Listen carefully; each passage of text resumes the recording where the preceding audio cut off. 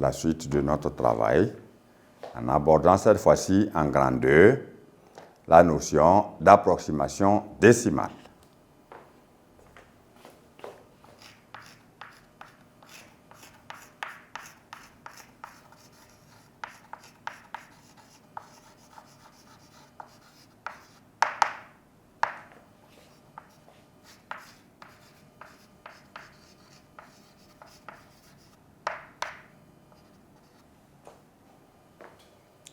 Alors, nous parlons d'approximation décimale, on ne parle pas d'approximation tout court.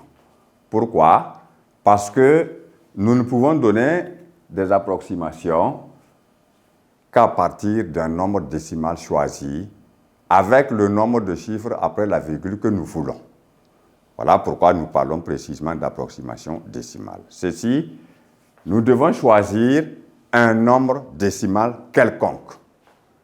Et à partir de ce nombre que nous avons choisi, nous allons en donner donc des approximations correspondantes, selon l'ordre que l'on souhaite.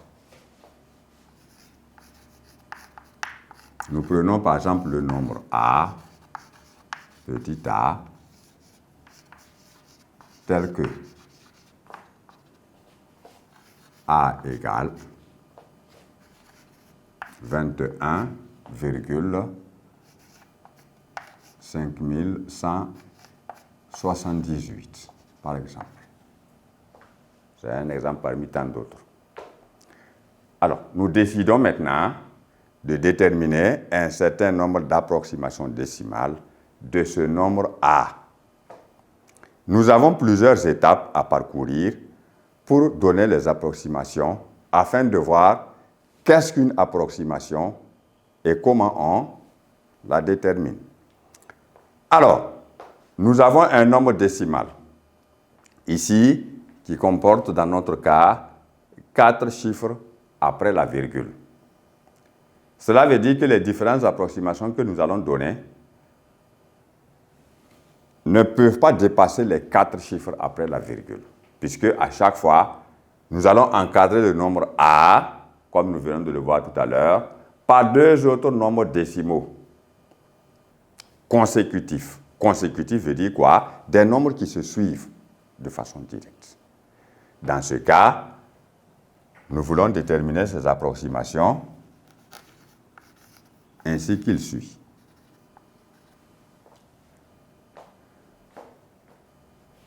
« 21 est la partie entière du nombre. » Donc, comme nous parlons d'approximation, c'est progressif, c'est-à-dire à partir de la partie décimale, nous allons considérer les chiffres là, l'un après l'autre. Donc, dans un premier temps, nous avons ici 21,5. Alors, nous allons donner l'approximation décimale de ce nombre A là à partir d'un seul chiffre après la virgule. Cela veut dire quoi? C'est dans la question d'encadrement. Lorsque vous parlez d'encadrement, vous voyez bien que le A, c'est un nombre, il est 21,5178. Cela veut dire que nous allons l'encadrer par 2 autres nombres décimaux. Dans le premier cas, nous allons utiliser des nombres décimaux qui comportent un seul chiffre après la virgule.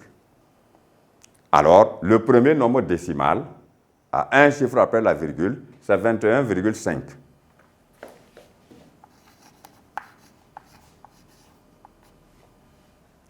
Alors, nous avons 21,5.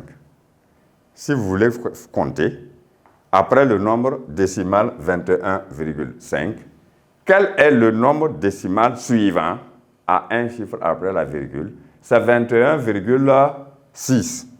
Alors, qu'est-ce qu'on a fait? C'est 21,5 d'abord, plus 0,1.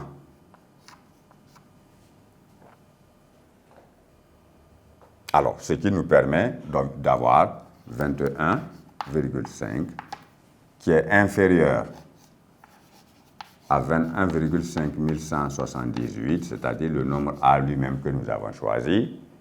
Et ici, nous obtenons 21,6. Évidemment, dans la comparaison des nombres décimaux, nous avons vu que si deux nombres décimaux ont la même partie entière, on compare les parties décimales, chiffre après chiffre, jusqu'à trouver la première différence. Ce qui nous permet de comprendre aisément que 21,5 est plus petit que A, et A à son tour est plus petit que 21,6 parce que 6 est plus grand que 5. Ici, qu'est-ce que nous avons fait? Nous avons donné quel type d'approximation décimale? Nous avons une approximation décimale dans laquelle le nombre A que nous avons choisi au départ est encadré à son tour par deux autres nombres décimaux consécutifs. Dans chaque cas, chaque nombre décimal a un chiffre après la virgule. On dit ici que A est encadré par deux nombres décimaux consécutifs d'ordre 1.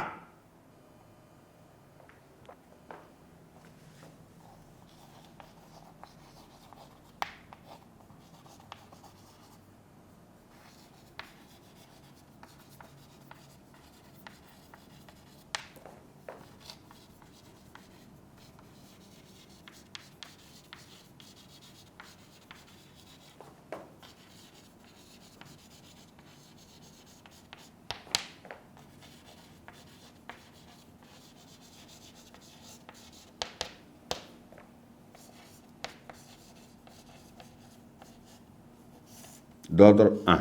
D'ordre 1 veut dire quoi? Un chiffre après la virgule. Un seul. Alors, voilà une première situation d'encadrement qui nous permet d'obtenir une première approximation décimale du nombre A. Nous avons aussi une deuxième approximation décimale. Nous pouvons avoir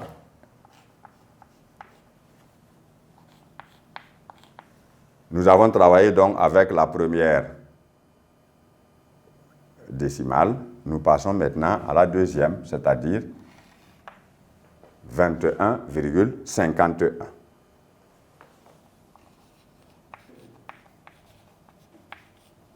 Il est donc plus petit que le nombre A. Et maintenant, nous avons ici 21,51. Nous avons donc deux chiffres après la virgule.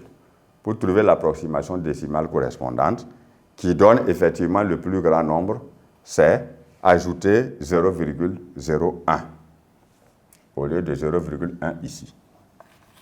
21,51 plus 0,01. Alors, cela veut dire que nous voulons avoir le nombre décimal qui vient immédiatement après 21,51. Or, dans les comptes, on aura 21,51, 21,52.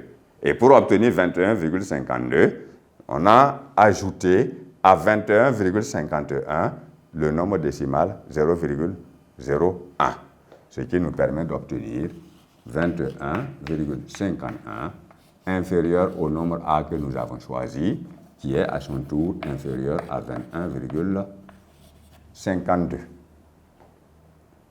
Et nous pouvons poursuivre. Ça veut dire que ici, nous éliminons toujours les nombres, les chiffres de la partie décimale l'un après l'autre jusqu'à achever notre approximation. Nous prenons maintenant un nombre décimal à partir de A qui comporte maintenant trois chiffres après la virgule. Alors, nous avons ici 21,517 qui est toujours plus petit que A et qui est plus petit maintenant que 21,517 plus, parce que si nous voulons compter, on a 21,517. Le nombre décimal immédiatement que nous pouvons rencontrer après, c'est 21,518. Or, cela veut dire que nous avons dit 21,517 plus 0,001. Alors, ici encore, dès que nous effectuons le calcul, nous obtenons donc 21,517 qui est plus petit que A et qui est plus petit que 21,518. Alors, ici, je reviens dans le deuxième cas pour dire que, comme dans le premier cas, nous avons donné l'approximation du nombre A avec des nombres décimaux consécutifs ayant un seul chiffre après la virgule, on a dit d'ordre 1. Dans le deuxième cas, nous avons deux nombres décimaux consécutifs portant chacun deux chiffres après la virgule. Ici, c'est une approximation d'ordre 2.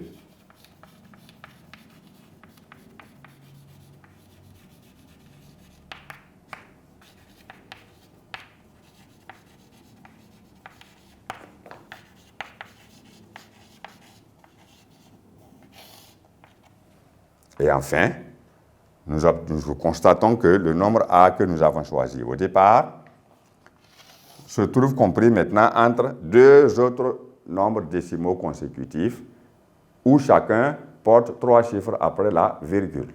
On dit alors que l'on a obtenu une approximation décimale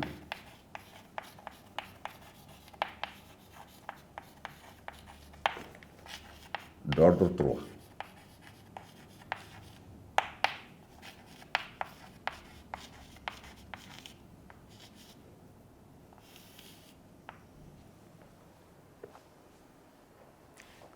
Bien évidemment, nous pouvons aller avec une étape suivante et une dernière, parce que maintenant, nous finissons de parcourir les différents chiffres de la partie décimale de notre nombre décimal choisi pour en faire des approximations.